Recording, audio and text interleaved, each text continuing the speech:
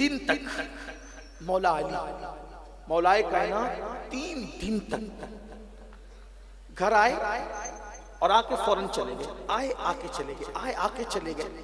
सैयदा फातिमा के पास बैठकर टाइम ना दे सके। 3 दिन के बाद जब वो जंगी मसरूफियत खत्म हुई तो 3 दिन के बाद मौला अली कहते हैं, फातिमा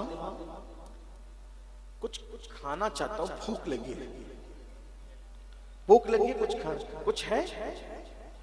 इशा का वक्त हो रहा था और मौलाए कायनात कहते घर में कुछ है, भूख लगी, खाना चाहता हूं। सैयदा ने कहा, मेरे सरताज 3 दिन हो गए, ना हसन ने कुछ खाया है ना हुसैन ने। 3 दिनों से घर का हाल ही है कि शहजादों को पानी पिलाकर बैला फुसला करके सुला देती हूं और 3 दिन हो गए और मैंने भी कुछ नहीं खाया। 3 दिन से मैंने भी कुछ नहीं खाया क्योंकि घर में कुछ है ही नहीं, घर में अल्लाह की बरकत है, कुछ नहीं। अंदाज देखिए जवाब का, अल्लाह की बरकत है, कुछ नहीं। मौलाए कायनात ने कहा, फातिमा 3 दिन हो गए, तुमने मुझे कहा क्यों नहीं?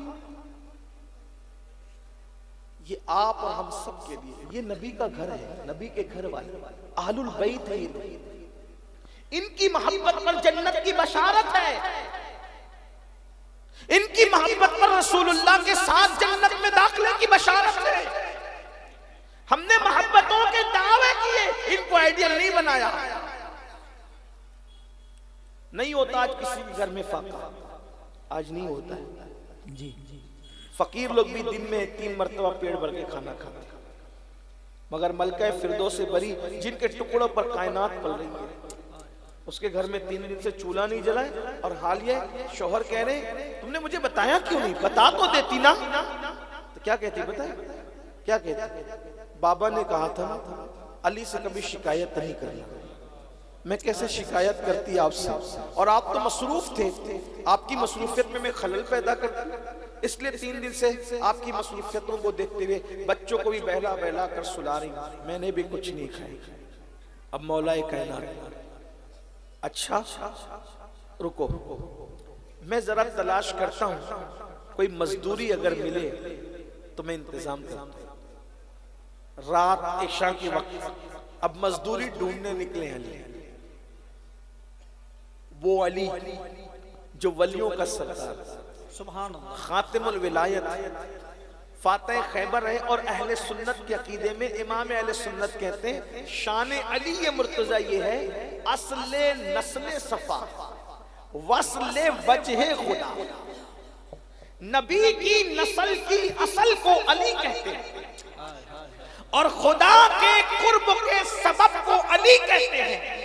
बाबे फसले विलायत में लाखों सलाम, जो हाथ पकड़कर विलायत के दरवाजे तक ले जाते हैं उसको अली कहते हैं। इसीलिए मेरे इमाम कहते हैं सलामी जिसके दर का हर वली है, अली है हाँ अली है हाँ अली है। सुभान अल्लाह। जिसके बच्चों की गुलामी जन्नती बना दे, जिसके दर पे झाड़ू देना विलायत का तमगा अता कर दे, जिसके बेटों में गौसे पाक और गरीब नवाज जैसी हस्तियां हो। अब वो इशा के वक्त जब सुनते हैं कि 3 दिन से घर में कुछ नहीं है तो कहते हैं अच्छा मैं जरा मजदूरी करके आता हूं। और रात का वक्त था, ऐसे तरक्की याफ्ता बज़ाहिर जो कारोबारी तरक्कियां हैं ऐसा दौर तो नहीं था। मगरिब बाद लोगों के दरवाजे पे जो चूल्हे होते थे घरों के अंदर वो बुझने लगते थे, इशा के बाद दरवाजे बंद हो जाते थे, इशा के बाद बिस्तरों पे सोने वाले सो जाते थे, मुसल्लों पे रोने वाले रोते थे, कोई नजर ही नहीं आता था रास्तों पे। मौलाए कायनात फरमाते हैं अच्छा मैं जरा देखता हूँ, कुछ मिलता है तो ले आता हूँ। मौलाए कायनात गए और कुछ लोगों से कहा कि क्या आज कोई मुख्तसर वक्त के लिए मजदूरी मिल सकती, कोई काम धाम मिल सकता है, ताकि मैं कुछ इंतजाम करना है। रात हो गई थी, कुछ काम तो बचा नहीं था। खुदा का करना ये, अचानक मुसाफिरों का एक काफिला, तिजारती काफिला मदीने मुनव्वरा में आया किसी ने कहा अली, मदीने के बाजार में कल सुबह बिकने के लिए अभी कुछ सामान आया है और वो बाहर के लोग हैं, ताजिर लोग हैं, हो सकता है कुछ काम बन जाए। मौलाए कायनात गए और देखा कि उनका साजो सामान बहुत ज्यादा था, तो मौला अली ने फरमाया मैं तुम्हारा सामान उतार दूं, मैं तुम्हारा सामान उतार दूं। तो उन्होंने कहा हाँ, हमें किसी मजदूर की जरूरत है, सामान उतार दो। कितने में उतारोगे?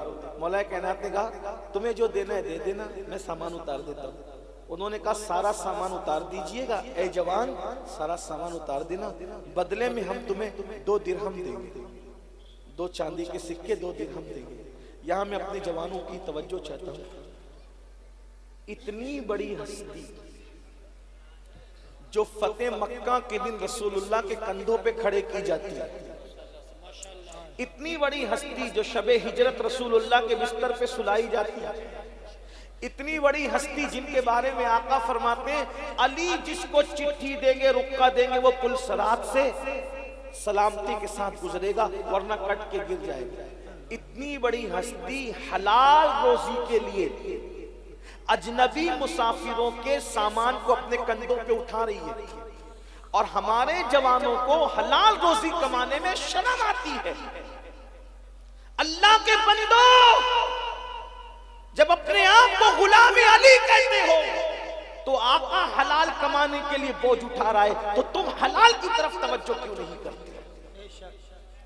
चोरी में शर्म होनी चाहिए, हराम कामों में शर्म होनी चाहिए, हराम कारोबार में शर्म होनी चाहिए। हलाल में शर्म मत करो, हलाल रोजी कमाना यही तो अल्लाह वालों की शान है। और अल्लाह के रसूल अलैहिस्सलाम फरमाते हैं जो हलाल कमाने के लिए जिल्लत की जगह खड़ा होता है, अल्लाह उसको दुनिया और आखिरत में इज्जत अता फरमाएगा। हलाल कमाते कमाते जिसके माथे से और जिस्म से पसीना निकलता है, उसके पसीने का कतरा उसका आखिरी गुनाह लेके निकलता है। जो हलाल कमाते कमाते थक जाता है, गुनाह से ऐसे पाक हो जाता है जैसे अभी अपनी माँ के पेट से पैदा हुआ। सुभान अल्लाह, सुभान अल्लाह। हलाल पे तवज्जो दो, हलाल कमाने में मत शर्माओ, चाहे मजदूरी करनी पड़े। मौलाए कायनात उनका सामान उतारते हैं और उनको हैरत होती है, थोड़ी देर में रात गुजरने से पहले मौला अली सारा सामान उनका उतार देते हैं और वो सिर्फ 2 दिरहम देते हैं। 2 दिरहम लिए, उसमें से 1 दिरहम, 2 में से 1 दिरहम मौलाए कायनात ने सदका कर दिया, यानी जितना कमाया उसका आधा सदका कर दिया। 3 दिन घर में चूल्हा नहीं जला, 2 दिरहम आए तो 1 सदका है। और दूसरा दिरहम लेकर के आप एक सहाबी जो दोस्त थे उनके पास गए, कहा कि घर में कुछ जौ चाहिए, कुछ घी चाहिए। जौ और घी लेकर के घर पहुंचे। सैयदा इंतजार में थी, फातिमा तो ज़हरा, आधी रात अब तक हो चुकी थी। सैयदा ने जौ लिए, आपने जौ पेश की, जौ लेकर के चक्की से में पीस करके रोटी बनाई, और रोटी बनाने के बाद एक रोटी मौला अली को दी। आपने घी लगा करके उस रोटी को, सालन भी नहीं था, वो आपने खाया। आधी आधी रोटी हसनैन करीमैन को दी, और एक रोटी जो थी मौलाए कायनात ने फरमाया फातिमा तुम खा लो। जैसे ही रोटी की तरफ हाथ बढ़ा, ख्याल आया घर में कनीज भी तो है ना, तो सैयदा फातिमा तो ज़हरा ने वो रोटी उठा करके कनीज को दे दी, और कनीज को दे करके कहा तुम खा लो, मैं पानी पीकर आज भी शुक्र करते हुए मुसल्ले पे रात गुजार दूंगी। और दुनिया ने देखा कि सैयदा ने अपनी हिस्से की रोटी कनीज को दे दी, और जब कनीज को रोटी दे दी, मौलाए कायनात तो मुसल्ले पर थे। जब सुबह हुई तो कनीज ने बताया कि अपनी हिस्से की रोटी कनीज को दे दी थी। तो सैयदना मौलाए कायनात फरमाते वल्लाह दुनिया और आखिरत में फातिमा जैसी कोई औरत बीवी की हैसियत से नहीं हो सकती। सैयदना फातिमा तुज़हरा, ये अंदाज है, ये मिजाज है, ज़बान पे शिकवा नहीं है, शिकायत नहीं है, ये जिंदगी का माहौल है। हमारे घर का क्या है, अगर गुर्बत है तो शिकायत है, और मालदारी है तो अय्याशी है, गुनाह है, अल्लाह की नाफरमानी है। अल्लाह के बंदो, ये दुनिया है, इस दुनिया के अंदर अगर शिकवा करोगे तो भी नाकाम, और अल्लाह रब्बुल इज्जत के साथ बगावत करोगे तो भी नाकामी है। इसलिए जो अहले बैत की मोहब्बत का मियार है वो सिर्फ नारे नहीं है, वो सिर्फ कड़े नहीं है, सिर्फ ज़बानी दावे नहीं है। असल मियारे मोहब्बत ये है कि उन्होंने जिस उसूलों पे चलकर अपनी जिंदगी को गुजारा है, उन उसूलों को अपने लिए रहनुमा बनाओ, उसी पर अमल करो। अपनी बेटियों को उसी किरदार के सांचे में ढालो, उसी जिंदगी के सांचे में ढालो, ताकि हम भी उनके नक्शे कदम पर चलते हुए कामयाब हों। अल्लाह ताला से दुआ है, अल्लाह सबसे पहले मुझे आप सबको अमल की तौफीक अता फरमाए। आमीन। गुफ्तगू के दरमियान अगर कोई गलती तो अल्लाह ताला माफ़ फरमाए। शादियों को भी पाकीज़ा बनाओ और मैयतों के मौके पर भी बिदात और खुराफात से बचो, अपने बच्चों की सही तरबियत करो। और आखिरी बात जाते जाते ये कह दूं, अपने बच्चों को आला से आला तालीम दिलाओ, बेशक एजुकेशन पे मेहनत करो। ये मत कहो कि मौलाना गुर्बत है, महंगी हो गई है तालीम, अब हम नहीं पढ़ा सकते। देखो, तालीम महंगी हो गई तो नहीं पढ़ा सकते, मोबाइल भी तो महंगे हो गए ना, मोबाइल खरीदते हो ना, तो तालीम से क्यों पीछे होते हो? कपड़े भी तो महंगे हो गए ना, कपड़े तो पहनते हो ना। सवारियां भी तो महंगी हो गई है, सवारियां तो इस्तेमाल, एक तालीम ही महंगी है। मैं आपसे कहता हूँ, हमारे महारेरा के मुर्शिदों ने ये नारा दिया, आधी रोटी खाएंगे, बच्चों को पढ़ाएंगे। अगर आधी रोटी खाना पड़े तो आधी रोटी खाओ, फाका करना पड़े फाका करो। साल में एक ही ड्रेस पर जिंदगी गुजारना पड़े, एक ही ड्रेस जिंदगी गुजारो। लेकिन हर माँ बाप तय करे कि मैंने जितनी तकलीफ उठानी उठाएंगे, मगर अपने बच्चों को आला तालीम दिलाएंगे।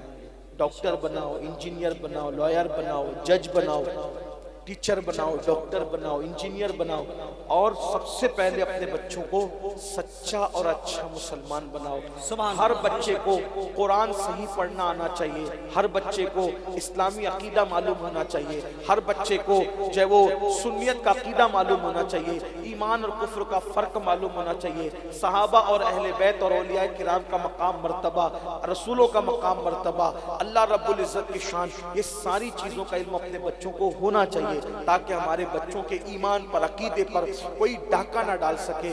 और अपने बच्चों को ये सारी चीज़ें हमें सिखाना होगी। और ये मत सोचो कि गुर्बत है, गुर्बत है, अब गुर्बत बाकी नहीं रह गई है मेरे भाई। जिनको आप गुर्बत समझते हो वो गुर्बत नहीं है। गुर्बत वो थी कि लोगों के घर में चिराग भी नहीं थे जलाने के लिए, लोगों के घर में चूल्हे नहीं जलते थे भाइयों। अब तो चूल्हे रह भी नहीं गए, अब तो स्टोव आ गए हैं, गैस के चूल्हे आ गए हैं। अब बहुत अल्लाह ने फरावानी का दौर दिया है। थोड़ी मेहनत करो, तरक्की करो। अल्लाह तबारक व तआला आपको, आपके बच्चों को जो है वो सलामत रखे, अपने बच्चों को आगे बढ़ाओ। अगर आप 10 साल तक के अपने बच्चों को तालीम पे मेहनत कर लोगे ना इंशाअल्लाह, तो आगे की पूरी जिंदगी आपकी भी और आपके बच्चों की भी बड़ी शानदार होगी, बड़ी खूबसूरत होगी, बड़ी खुशनुमा होगी। मेरी गुजारिश आप लोगों से ये है, बहाने मत बनाओ। और एक बात कहता हूँ, अगर माओ को घर में चरखा काटना पड़े तो चरखा चला लो, माँ बाप को घर में बल्कि खेतों में काम करना पड़े तो कर लो, लेकिन अपने बच्चों को तालीम से पीछे मत रखो। एक बच्चे को आपने आला तालीम दिलाई तो कम से कम 3 नस्लें आप संवार ले जाओगे। और अगर एक बच्चे को अनपढ़ और जाहिल रखा तो 3 नस्लें आपकी पीछे हो जाएगी। आप अगर लोगों के सामने कंधे से कंधा मिला के खड़े रहना चाहते हैं, अमीर गरीब सब इल्म पर मेहनत करो, एजुकेशन पे मेहनत करो, और अपने बच्चों को नमाजी बनाओ, दीनदार बनाओ, घर में उनकी अच्छी तरबियत करो। और बेटियों को भी बाहया बनाओ, पारसा बनाओ। सैयदा फातिमतुज़ ज़हरा की ज़िंदगी उनको सिखाओ, सैयदा ज़ैनब पाक की ज़िंदगी उनको सिखाओ, सैयदा खदीजतुल कुबरा की ज़िंदगी उनको सिखाओ। इंशाअल्लाह ताला जब तरबियत का ये माहौल होगा तो दुनिया भी संवरेगी और आखिरत भी संवरेगी। अल्लाह पाक तौफीक बख्शे। आपको अभी जाना नहीं है, ये महफिल इंशाअल्लाह ताला जारी वो सारी रहेगी। आप सबको बैठे रहना है इंशाअल्लाह तबारक व ताला। महफिल जो है वो देखिए, मैंने आपको कहा था कि शब्बीर बरकाती आने वाले, वो आ चुके हैं माशाअल्लाह। आप इनको सुने, इत्मीनान से सुने, और सुनने के बाद ही जाएं। देखिए, इस तरह की जो महफिलें होती है, लाखों रुपये मुंतज़िमीन खर्च करते हैं, कई कई दिन तक के मेहनत करते हैं। आपको जमा करने के लिए कई दिन तक मेहनत लगती है, पैसे खर्च होते हैं, तब कहीं जाकर ऐसी महफिल सजती है। अब आप उस महफिल में हंगामा कर देते हो, बदनज़मी पैदा कर देते हो, तो वो महफिल जो है वो तितर बितर हो जाती है। तो इसलिए